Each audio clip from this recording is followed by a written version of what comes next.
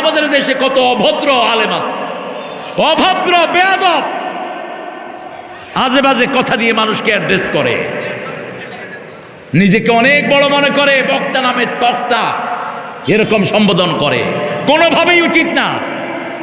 আব্দুর রাজ্জাক বিন ইউসুফকে কাজ্জাব বিন কি যেন বলে, কেন বলবা বেয়াদবের মতো এগুলো? তুমি কারো সমালোচনা করবা, কিন্তু সমালোচনা আল্লাহ বলছেন ইদফা বিল্লাতি হিয়া আহসান, সবচেয়ে সুন্দর শব্দ চয়ন দিয়ে। মিজান কি একটা বলছে কাউবয়, আমি তাকে পরামর্শ দিলাম তুমি কাউবয় বলবা না, কাউবয় ইসলাহি ভাবে এটা ভালো না, যায় না। কিন্তু ওই বেটা বসা রয়েছে, ওটা বলার সাথে সাথে কইছে মিজান কাফের, কাফের বাস। উদউ ইলা সাবিল রাব্বিক বিল হিকমাতি ওয়াল মাউইযাতিল হাসানাহ ওয়াজাদিলহুম বিল্লাতি হিয়া আহসান। কেউ যদি আপনার সাথে বিতর্ক করতে আসে, তর্ক করতে আসে, জানতে আসে, আপনি সুন্দর করে জবাব দেন। রাসূল সাল্লাল্লাহু আলাইহি ওয়াসাল্লাম শুয়ে আছেন এক জায়গায়, তলোয়ারটা পাশে রাখা।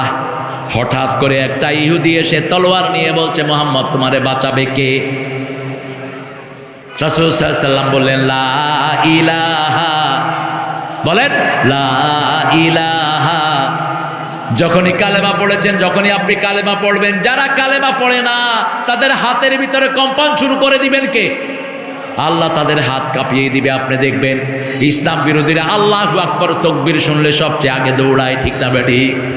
কি দৌড়ায়? যখনই রাসূল বললেন লা ইলাহা ইল্লাল্লাহ, হাত কেঁপে কেঁপে তলোয়ার মাটিতে পড়ে গেল।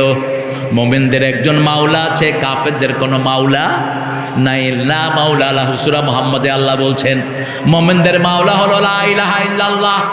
যখনই তলোয়ার পড়ে গেল, রাসূল ধরে বললেন এখন তোরে বাঁচাবে কে? ইহুদি বলছে আপনি। কে বলছে? আপনি। রাসূল বললেন যা তোরে ছেড়ে দিলাম।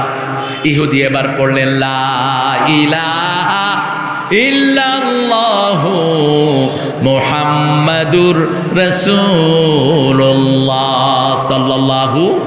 আপনি যখন কারোর সাথে বিতর্ক করবেন, ভদ্রতার সাথে করেন, সুন্দর ভাষা দিয়ে করেন। আমাদের দেশে কত অভদ্র আলেম আছে, অভদ্র বেয়াদব, আজে বাজে কথা দিয়ে মানুষকে অ্যাড্রেস করে, নিজেকে অনেক বড় মনে করে, বক্তা নামে তক্তা এরকম সম্বোধন করে, কোনোভাবেই উচিত না।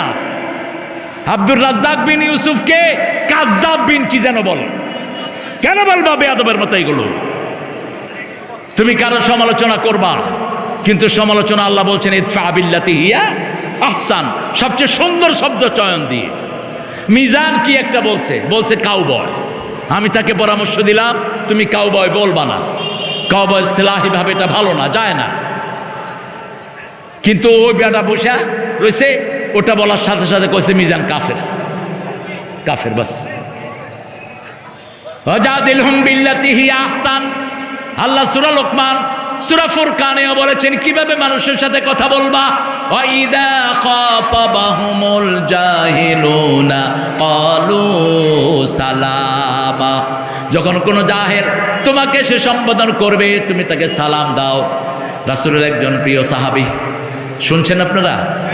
আছেন আমার সাথে? একটু জোরে বলেন তো আল্লাহু আকবার।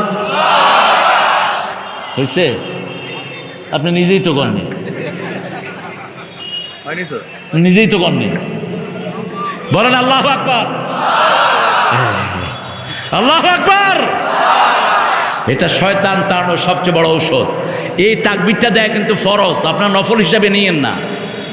রাব্বাকা ফাকাব্বির, রবের জন্য তাকবীর দাও, বলেন আল্লাহু আকবার। আল্লাহু আকবার বলে রে মুমিন, তারে আকাশ আর তারে জমিন। আল্লাহু আকবার বলে রে মুমিন, আয় কোরআনের পথে চলি, আয় নবীজির পথে চলি, কোরআনের পথে চলি। চললে এ পথে জানি আসবে সুদিন, চললে এ পথে জানি যাবে দুর্দিন। আল্লাহু আকবার বলে রে মুমিন। আল্লাহু আকবার, আল্লাহু আকবার। রাসূল কত বড় হিকমত, কত বড় দায়ী ছিলেন। আপনি দেখেন, এক সাহাবী এসে বলছেন হুজুর আমি জিনা করব, অনুমতি দেন। কি বলছেন? এরকম কোন লোক যদি আপনার সামনে বলে কি করবেন? দাঁত, গালের দাঁত একটাও রাখবেন না।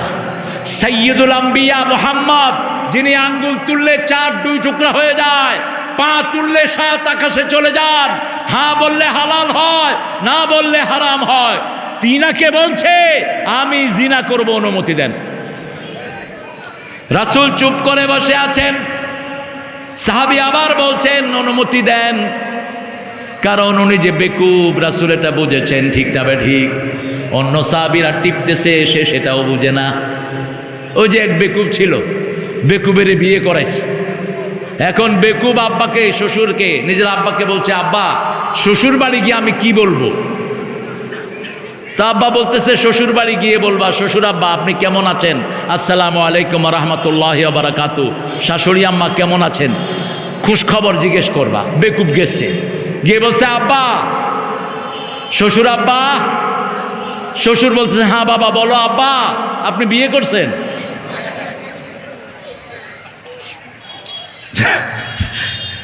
এখন রাসূলকে বলছে আমি জিনা করব। একবার রাসূল চুপ, দ্বিতীয়বার বলেন আমি জিনা করব, একটু রাগ করেন নেই। তৃতীয়বার বলছে আমি জিনা করব, অনুমতি দেন। রাসূল সাল্লাল্লাহু আলাইহি ওয়াসাল্লাম বলছেন এই কাজটা যদি তোমার বিবি করে, কয় ওই বিবিকে ঘরে রাখবো না। যদি তোমার মেয়ে করে, ওই মেয়েকেই ঘরে রাখবো না। যদি তোমার মা করে, তাকেও রাখবো না। যদি তোমার খালা করে, খালা রাখবো না। এবার রাসূল ঘুরে দাঁড়ালেন আর বললেন তুমি যার সাথে এই কাজটা করতে চাও, সেই মেয়েটা কারো না কারো বউ হতে পারে, কারো না কারো মেয়ে হতে পারে, কারো না কারো খালা হতে পারে, কারো না কারো মা হতে পারে। কিভাবে তুমি তার জন্য এই চিন্তাটা করলা? সাথে সাথে কেঁদে ফেললেন সাহাবী আর বললেন রাসূল আপনি দোয়া করেন, এত বাজে চিন্তা আমি আর কখনো মাথায় রাখবো না। আল্লাহু আকবার।